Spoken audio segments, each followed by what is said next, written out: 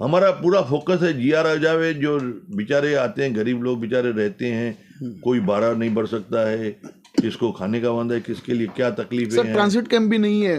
हाँ। जो 20 रुपया फुट के वजह से उन्होंने अपना धंधा करने के लिए, ये गरीब लोग दुखी है तो ये कारण के वजह से दुखी है। उससे अच्छा तो हम लोग बैरक में खुश थे। उन्होंने अपने स्वार्थ के लिए राजनीति की, अपना स्वार्थ सिद्ध करने के लिए अपना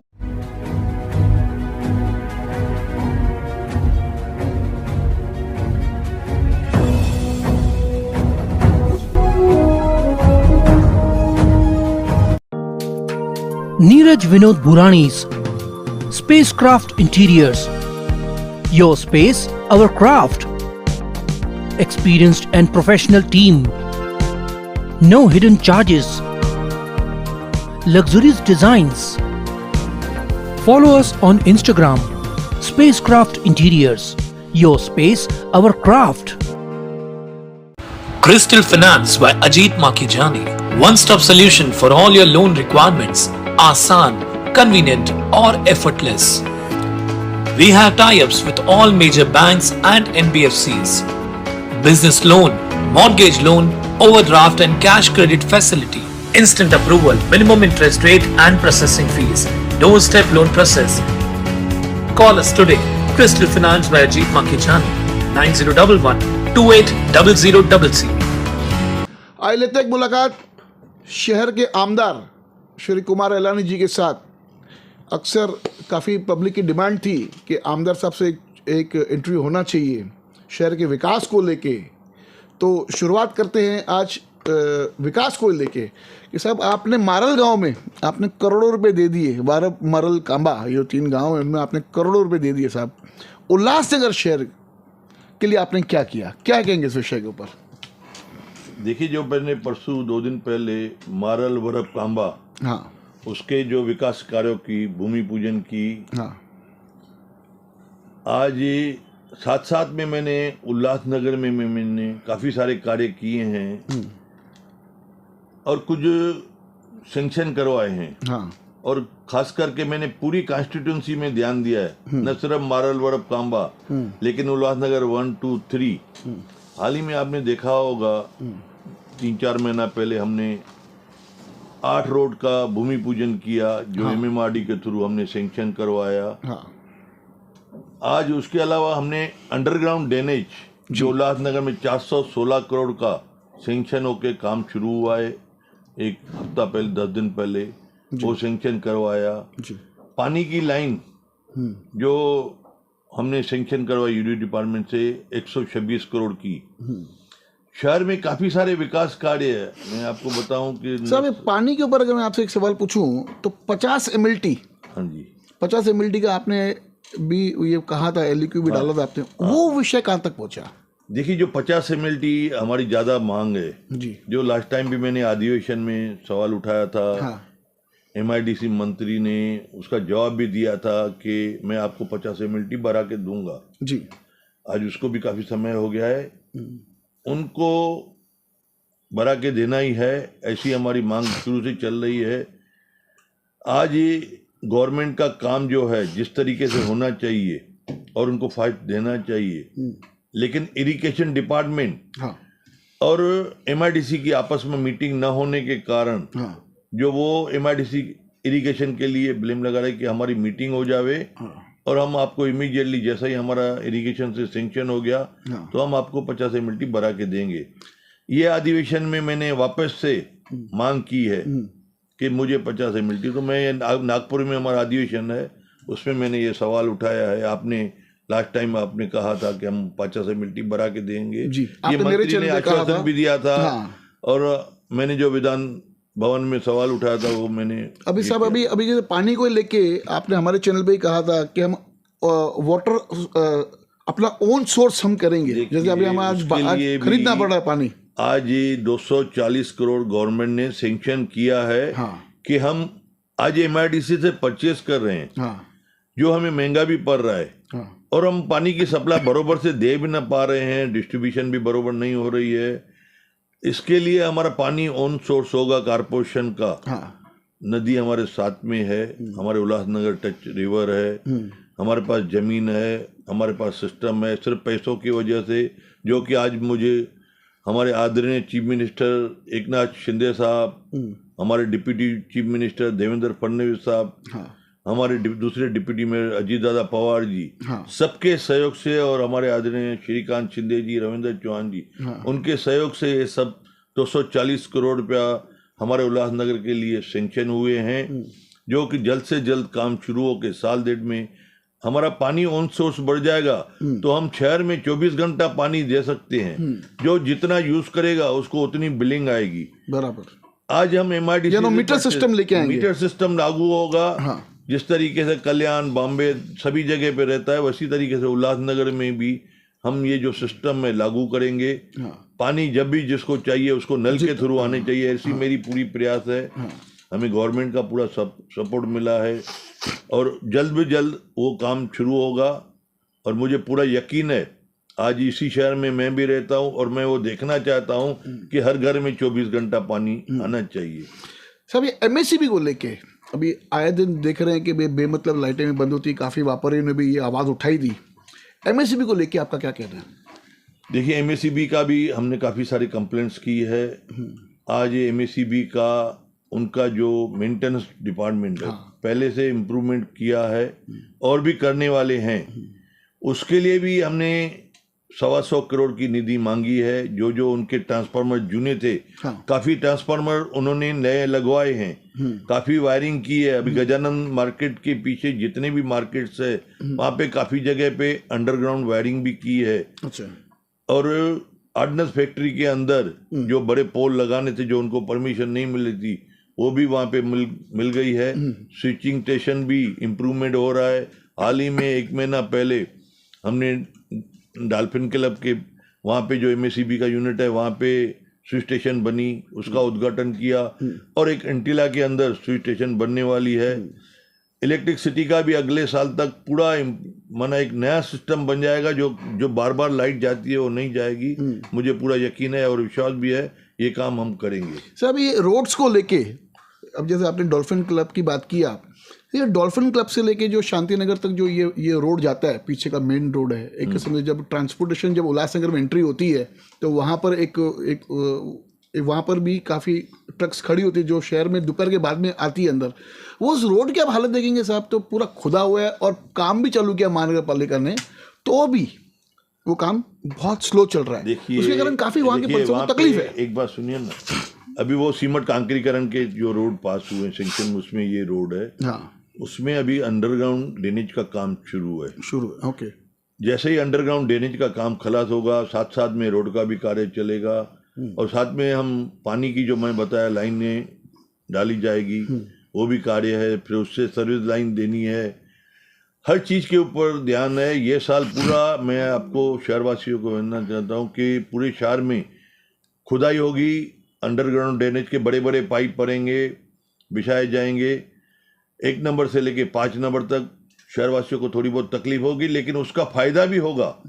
ये जो अंडरग्राउंड ड्रेनेज 416 करोड़ के हम शहर में लगवा रहे हैं, वो शहरवासियों के लिए लगा रहे हैं, क्योंकि अंडरग्राउंड सिस्टम फेल्योर ना हो आगे चल के।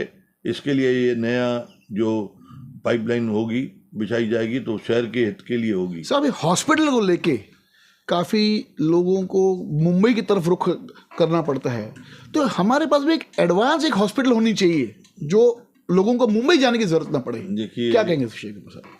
उसके लिए भी हमने हॉस्पिटल के लिए एक नई हॉस्पिटल बनवाई है। आज ये इंटेला के बाहर 190 बेड की हॉस्पिटल रेडी है, जिसका इंटीरियर काम चल रहा है। कुछ मशीनरी बाकी आना है। मेरे हिसाब से वो 1 महीने के अंदर हॉस्पिटल रेडी हो जाएगी। उसका हम ओपनिंग सेरेमनी हम चीफ मिनिस्टर साहब से और हमारे डिप्टी चीफ मिनिस्टर साहब से हम टाइम ले रहे हैं। हम अगले महीने की तैयारी कर रहे हैं कि जनवरी में उसका उद्घाटन करें। और वो हॉस्पिटल ऐसी होगी कि पूरे उल्लासनगर में किसी ने सोचा भी नहीं होगा। ऐसी हॉस्पिटल होगी जहाँ पे किसी को भी 1 रुपया कैश नहीं भरना है, या चेक के थ्रू या कैशलेस, जिसमें जिसको भी जो पेशेंट को बीमारी होगी या तकलीफ होगी, उसका जो भी ट्रीटमेंट वगैरह होगा उसका पैसा सरकार भरेगी। हॉस्पिटल को आपको 1 रुपया नहीं देना है, दवाई मिलेगी और प्लस ट्रीटमेंट होगी, ऐसा।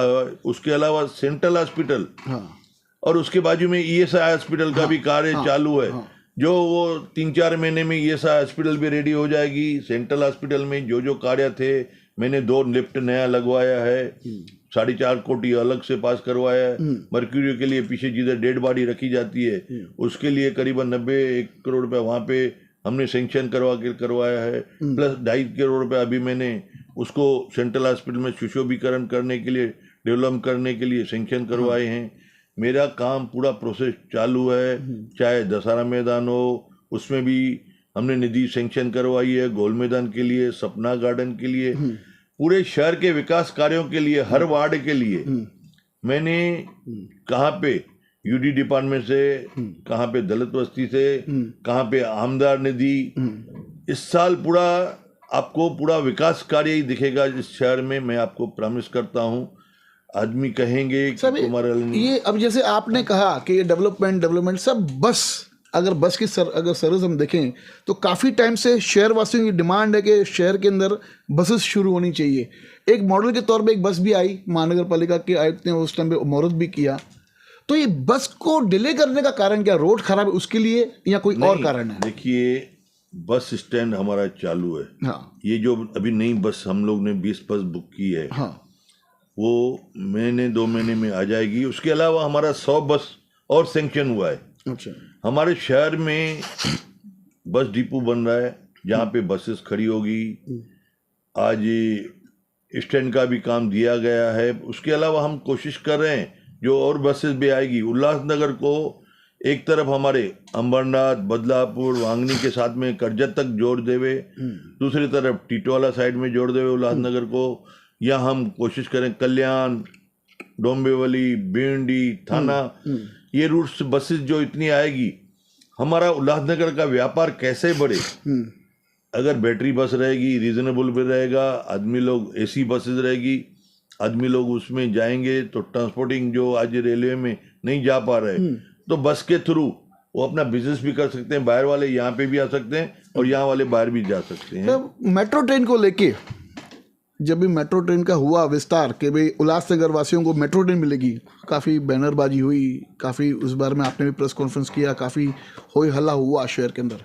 मेट्रो ट्रेन कहाँ तक पहुंची सर? शहरवासी इंतजार कर रहे हो। मेट्रो ट्रेन सेंक्शन हुई है। हाँ, मेरी 4 दिन पहले 5 दिन पहले MMRD में मीटिंग भी हुई। हमारे साथ में आदरणीय श्रीकांत शिंदे साहब साथ में थे, मेरे साथ में आमदार बालाजी किनीकर साथ में थे, उल्लासनगर कमिश्नर साथ में था, कल्याण कारपोरेशन का कमिश्नर साथ में थे। आज MMRD के चेयरमैन के साथ में हमारी मीटिंग ये हुई कि हमारे जो KB रोड के लिए मैंने मांग की कि हमारे कल्याण अंबरनाथ रोड है, वहाँ पे ओवर ब्रिज होनी चाहिए। सही। उसके लिए 150 कोटी के आसपास में खर्चा आ रहा था। तो मैंने कहा अगर साहब वहाँ पे हम अगर ओवर ब्रिज बनाते हैं तो वापस से हम मेट्रो बनाएंगे, तो वहाँ पे उसको तोड़ के हम नया नहीं बना सकते। लेकिन ये मेट्रो के लिए, क्योंकि हमारे लिए उल्लासनगर में मेट्रो आना एक ही सोर्स है कि KB रोड को अगर सेंट्रल के बीच में से ओवर ब्रिज बनती है तो फर्स्ट फ्लोर पे समझो हाईवे चले, सेकंड फ्लोर पे मेट्रो चले, रेलवे, वो सही रहेगा। ये नागपुर में पैटर्न लागू किया गया है। नागपुर में फर्स्ट फ्लोर पे समझो ट्रांसपोर्ट है तो सेकंड फ्लोर पे रेलवे है। उसी तरीके से यहाँ पे भी यही सिस्टम होना चाहिए। अच्छा मॉडल लेके एक अच्छा मॉडल बना के 350 कोटी खर्चा हो रहा है। उसके अलावा एक मैं शहरवासियों को खुशखबरी देना चाहता हूँ कि MMRD के मीटिंग में हम लोग ने वहाँ पे देखा कि हमारे उल्लासनगर के और कल्याण के बीच में हमारी एक नई पुल आ रही है, ओवर ब्रिज, जो कि विट्ठलवाड़ी से लेके आज विट्ठलवाड़ी स्टेशन से माना शुरू होगी, कल्याण जो KB रोड है उसके ऊपर से फिर शहद, जो एक शहद उतरेगी और प्रेम ऑटोमोबाइल कल्याण एक रोड कल्याण की तरफ जाएगा, एक शहद की तरफ आएगा। 650 करोड़ रुपए का वो ब्रिज भी सैंक्शन हुआ है। प्लस शहद का जो हमारा ट्रैफिक ब्लॉक होता है, हमारे भाई बहन काफ़ी सारे कल्याण में रहते हैं, बिजनेस करने के लिए उल्लासनगर में आते हैं। आज उसको देखते हुए मैंने और एक ब्रिज की मांग की थी कि हमारे शहर की जो ब्रिज है, एक तो वहाँ पे ट्रैफिक सबसे ज़्यादा है, टीटवाला मुरबा रोड है, हाईवे है, तो वो ब्रिज पूरी नहीं पड़ती, तो मैंने वो ब्रिज भी मेरी सेंक्शन हुई है, वहाँ पे भी और एक ब्रिज आएगी। तो आने वाला साल पूरा विकास का होगा। विकास करके हम इस साल को पूरा मुझे पूरा सेलिब्रेट कर सकते यकीन हैं। है, जो हमारी सरकार हमें सहयोग दे रही है, हमारे भारतीय जनता पार्टी के सपोर्ट से, शिवसेना के सपोर्ट से, हमारे आदरणीय चीफ मिनिस्टर एकनाथ राव शिंदे साहब और हमारे deputy chief minister Devendra Fadnavis साहब, अजीत दादा पवार साहब डिप्टी चीफ मिनिस्टर, हमारे श्रीकांत शिंदे जी, रविंद्र चौहान जी, कपिल पाटिल जी, किशन खतौरे साहब, सभी लोग का उल्लासनगर के लिए विकास के लिए फोकस है कि जो भी यहाँ की उल्लासनगर की योजना है, किसी ने सोचा भी नहीं होगा कि उल्लासनगर में इतने फंड्स और इतनी डेवलपमेंट होगी। वो आने वाले साल में जीआर को लेके कहां तक बात पहुंची, क्योंकि तरह लोग परेशान हैं। जीआर कब आएगा, क्योंकि ये पब्लिक की मांग है, जैसे आपने भी कहा कि बड़े बड़े लोगों की इस शहर पे फोकस है, मतलब प्रगति के ऊपर, तो जीआर तो एक बहुत बड़ी एक मूलभूत मतलब चाहिए, शहरवासी की डिमांड है। और काफी बार कहा लोगों ने कि आपसे ये सवाल पूछने के लिए कि आखिर जीआर आएगा कब साहब? देखिए, जीआर कभी भी जीआर आ सकता है, प्रोसेस में है। जीआर हमारे उल्लासनगर का ढांचा ऐसा है, खुद सरकार कंफ्यूज है, खुद सेक्रेटरी, चीफ सेक्रेटरी कंफ्यूज है कि इसको किस तरीके से बरोबर से बिठाया जाए। क्योंकि लास्ट टाइम भी जो जीआर निकला था, 2 बार निकल चुका है, लेकिन उसमें कोई ना कोई खामी आ जाती है। हाल ही में मैं 1 महीना पहले दिवाली पे मैं मंत्री लोग के पास गया, चीफ मिनिस्टर साहब के पास मिला, देवेंद्र फडणवीस साहब से मिला। सबको हम पहली बात तो जीआर की करते हैं, उसी टाइम वो सेक्रेटरी को फोन लगाते हैं, कहाँ पहुंचा जीआर, कहाँ पहुंचा। ये देखिए, ये हाल ही में 4 दिन पहले जीआर के लिए आया है कि उल्लासनगर का पोजीशन बताओ, और वह भी फाइनल तुमने क्या किया। मेरा ये अधिवेशन में भी यहाँ पे डाला हुआ है कि LAQ कि हमारा जीआर जब तक नहीं मिलेगा तो हमारा उल्लासनगर में डेवलपमेंट नहीं होगा, डेवलपमेंट और विकास नहीं होगा। और यहाँ पे हमें भी अच्छा नहीं लगता है। हमारे शहरवासियों को हम कितनी बार बोले, क्या बोले, आपके भी न्यूज़ देखते हैं, दूसरों के भी न्यूज़ देखते हैं, जीआर जीआर जीआर। हम भी कहते हैं कि नहीं, जीआर जल्द आ जाए। ये तो देखो करेस्पॉन्डिंग गवर्नमेंट की है, मेरी नहीं है।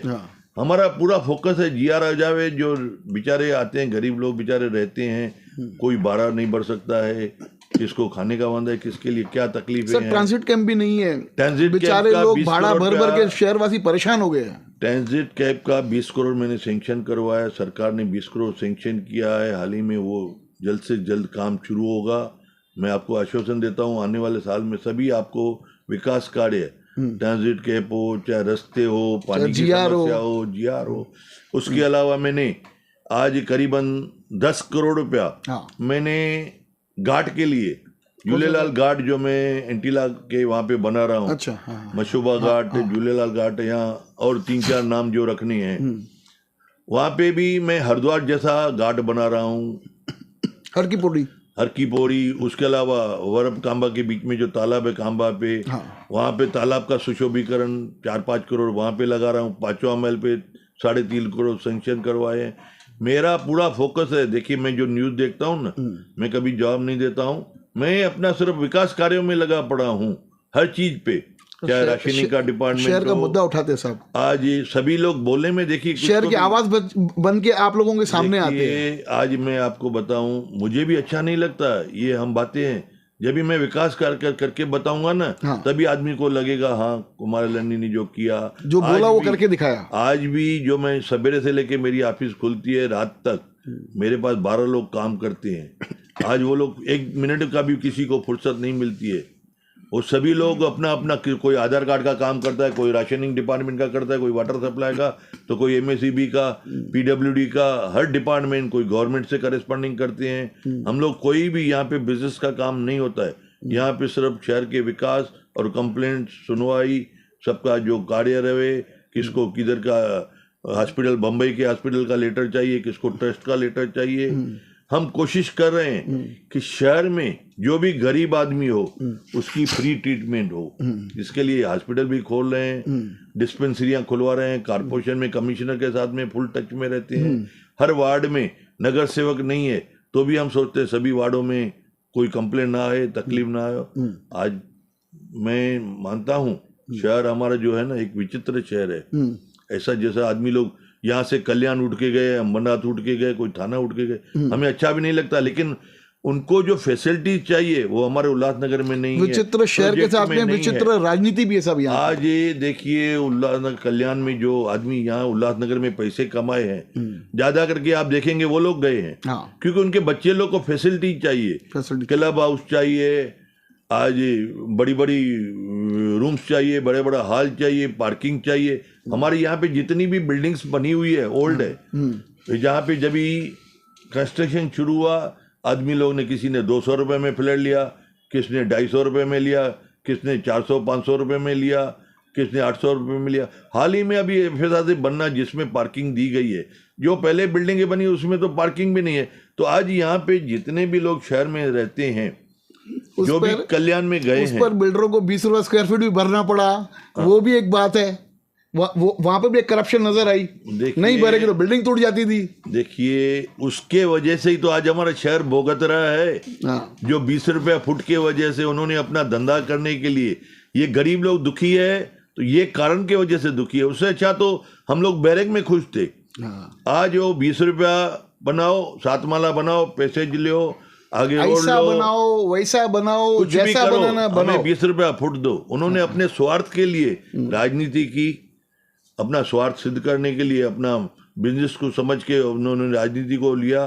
भले अभी टीवी पे कोई कुछ भी बोले, उनके आदमी लोग कुछ भी बोले, हम सब समझते हैं, शहर सब समझता है उन्होंने क्या किया। 20 रुपया लिया। यहाँ अनथोराइज जो बिल्डिंगें बड़ी, ये जीआर बोलते, किसकी देन है? उन लोग की वजह से हमें भुगतना पड़ रहा है। जो बिल्डिंगें धोखादायक हुआ है, किसके वजह से हुआ है? उनके वजह से, हमारे विरोधियों की वजह से। अगर वो ये काम नहीं करते थे, क्या वो इतने टाइम आमदार, 4 टाइम आमदार रह चुकी हैं, महापौर रह चुके हैं, स्टे नहीं रह चुकी हैं, क्यों नहीं उन्होंने कंट्रोल किया? क्यों अनऑथराइज बिल्डिंग बनाने का पैसा लेके बनाओ बिल्डिंग, कैसे भी बनाओ, न चेकिंग करना, न उसका टेक्निकली चेक करना, न इंजीनियर सिविल से चेक करवाना, न टाउन प्लानिंग डिपार्टमेंट से चेक करना, न रेगुलर प्लान पर। आज हमारे दिखाओ कोई अनऑथराइज ऐसा कोई 7 माले का 6 माले का बिल्डिंग बना है। आज हमारे टाइम पे भी तो बिल्डिंग बन रही है, लेकिन एफएसआई के हिसाब से। एक आधा फ्लोर कोई दुकानदार बनाता है तो हम खुद खुशी से बोलते हैं, चलो यार बेचारा दुकान में या घर बनाता है छोटा मोटा, किसको जरूरत है? किसको हमने अनऑथराइज बिल्डिंग बनाने नहीं दी है, लेकिन उनका था 20 रुपया लो, हम भी ले सकते हैं। टीयर गटर बनाओ, हाँ बनाओ। लेकिन ये सिस्टम उन्होंने चालू किया। आज जो गरीब लोग दुखी है, उल्टा वो गरीब लोग बैरक में खुश थे। लेकिन हमारे जो नेता लोग पहले वाले थे, उनकी देन है जो 20 रुपया फुट लो, कहाँ भी बनाओ, कैसे भी बनाओ, कुछ भी करो, प्लान बनाओ नहीं बनाओ, भले रिजर्व प्लाट पे बनाओ, रोड पे बनाओ, गली में बनाओ, कुछ नहीं छोड़ा। आज ये शहर का ढांचा उनके वजह से जिंदगी भर नहीं बनेगा। जिंदगी भर उन्होंने इतनी हमारी ये पब्लिक की बद्दुआएं हैं। आज मैं देखता हूँ, गरीब लोग से मिलता हूँ, मुझे दुख हो रहा है। जो उन्होंने जो ढांचा शहर का खराब कर दिया है, कभी बनेगा, कभी शहर बनेगा। जीआर तो चलो आ जाएगी, लेकिन उनके पास पैसे किधर है रीडेवलप करने के लिए? वो टाइम तो बैरक बेच के 200 रुपए फुट फ्लैट लिया, अभी 2000 रुपए देके कहाँ से घर नया वापस बनवाएगा? तो गरीब लोग के पास पैसा कहाँ से? जो 8-10 हजार रुपया सैलरी मिल रही है, जिनको 15,000 सैलरी मिल रही है या 20,000 मिल रही है, कहाँ से पैसा बेचारे लाएंगे? कहाँ से बिल्डिंग बनाएंगे? वो तो उससे क्या बोलते हैं, हम बिल्डिंग धोखाधड़ी में ही रह रहे हैं, कहाँ से पैसा लावे? जीआर आएगी, प्लान पास होगा, लेकिन उसके बाद में कहाँ से पैसे आएंगे? ये क्या 20 रुपया फुट लिया है, अभी 2000 करके देंगे ब्याज के साथ में? देखो तो उनको देना पड़ेगा। सही आपकी बात। आज उनको सोचना है सुखी कैसा हो, कैसा सब पब्लिक का हमने पैसा लिया है तो उनको वापस दे देवे, अच्छी बात है। आज इतने टाइम से इतना पैसा लिया है तो ब्याज पकड़ेंगे तो 2000 फुट अगर जो है उनको देना चाहिए। शहर को जिन से 20 रुपया लिया है उनको 2-2 हजार रुपये रिफंड करना चाहिए, तो ही भला पाएगा। तो ही बना पाएगा। मुझे पता, एक गरीब आदमी जिसने अपनी बैरक की 10-15 हजार 20 हजार में खोली बेची, कुछ कर्जा लिया, उसने गोल मैदान पे 200 रुपया फुट फ्लैट लिया है, बराबर।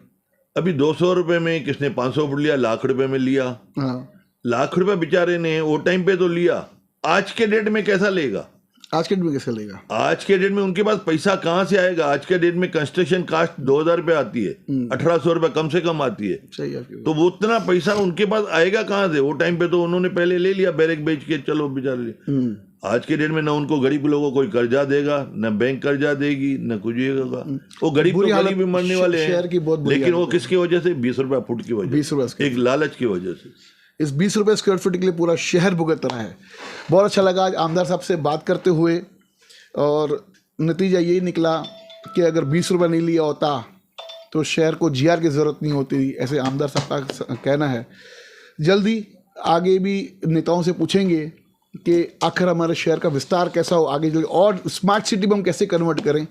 धन्यवाद। देखते रहिए फिर सुबह की न्यूज़ चैनल।